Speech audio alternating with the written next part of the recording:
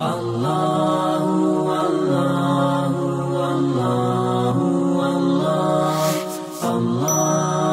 Allahu. Assalamualaikum warahmatullahi wabarakatuh.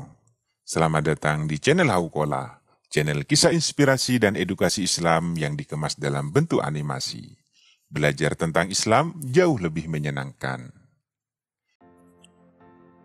Penaklukan Konstantinopel telah diprediksi Nabi Muhammad SAW yang disebutkan di dalam kitab Musnad Ahmad dan Mustadrak al-Shahihain karya Al-Hakim An-Naisaburi. Di dalam hadis tersebut, Nabi Muhammad SAW memprediksi bahwa suatu saat nanti Konstantinopel akan ditaklukkan oleh umat Islam. Pemimpin saat itu merupakan paling baiknya pemimpin dan pasukannya merupakan pasukan terbaik yang dimiliki umat Islam.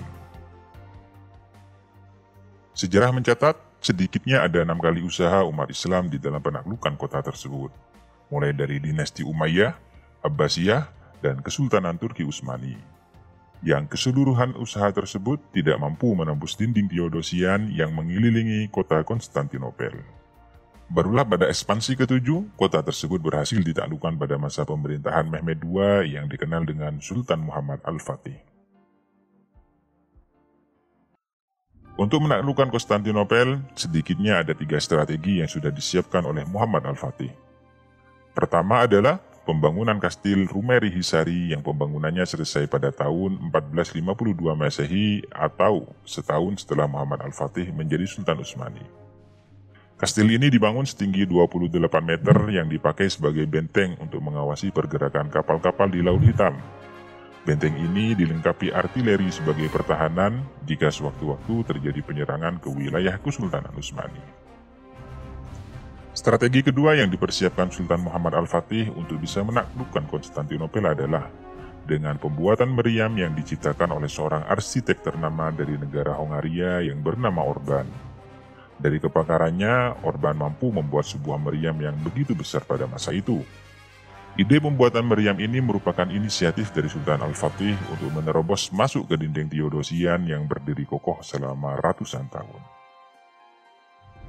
Untuk berjaga-jaga dari serangan musuh selain Kekaisaran Bizantium, Sultan Al-Fatih menyiapkan strategi ketiga, yaitu membuat perjanjian damai dengan daerah-daerah yang bersengketa.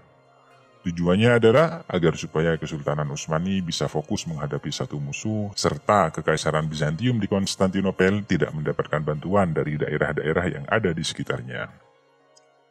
Tercatat sedikitnya ada 3 daerah yang berdamai dengan Kesultanan Utsmani saat itu, yaitu Galata yang berada di timur Konstantinopel, Genova dan Venesia yang merupakan daerah Eropa berdekatan dengan wilayah Kesultanan Utsmani saat itu.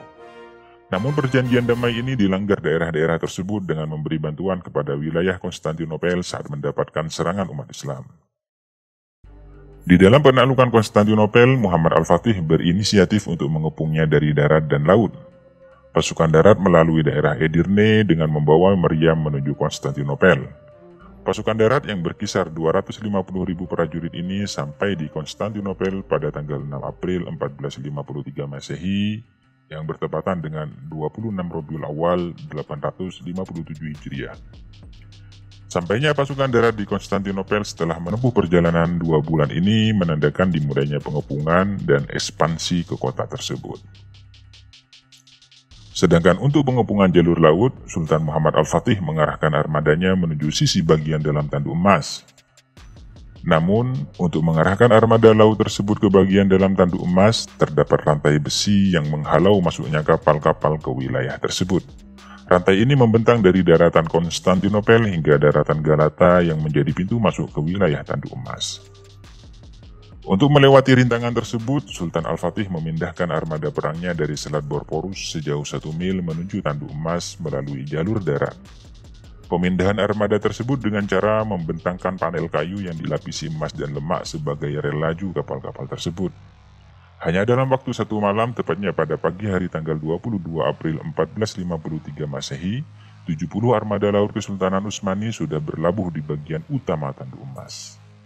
Langkah cerdas Al-Fatih ini membuat kagum orang-orang Bizantium. Mereka menilai bahwa pemindahan armada laut melalui jalur darat merupakan hal ajaib yang belum pernah dilakukan oleh para penyerang sebelumnya. Sebelum melakukan penyerangan total pada tanggal 24 Mei 1453 Masehi, Sultan Muhammad Al-Fatih mengirim pesan kepada Kekaisaran Bizantium yang berada di dalam kota. Isi pesan tersebut meminta kaisar untuk menyerahkan kota tanpa adanya pertumpahan darah serta menjamin keamanan bagi seluruh warganya. Permintaan tersebut ditolak kaisar dan memilih untuk mempertahankan kota sampai darah penghabisan. Pada Selasa pagi tanggal 29 Mei 1453 Masehi, Muhammad Al-Fatih dengan 1.500.000 pasukan yang tersisa menyerang kota Konstantinopel dengan kekuatan penuh. Mereka memanjat dinding Theodosian hingga berhasil masuk ke dalam kota dan menguasainya. Pertempuran yang terjadi selama 53 hari ini terhitung dari tanggal 6 April sampai 29 Mei 1453 Masehi, mengakhiri Kekaisaran Bizantium dengan terbunuhnya sang raja di kota Konstantinopel. Itulah sejarah penaklukan kota Konstantinopel yang sudah diprediksi Nabi Muhammad SAW. Apabila suka video ini, klik like dan subscribe. Dan apabila tidak suka, ya taulah harus ngapain. Dan akhirnya, wassalamualaikum warahmatullahi wabarakatuh.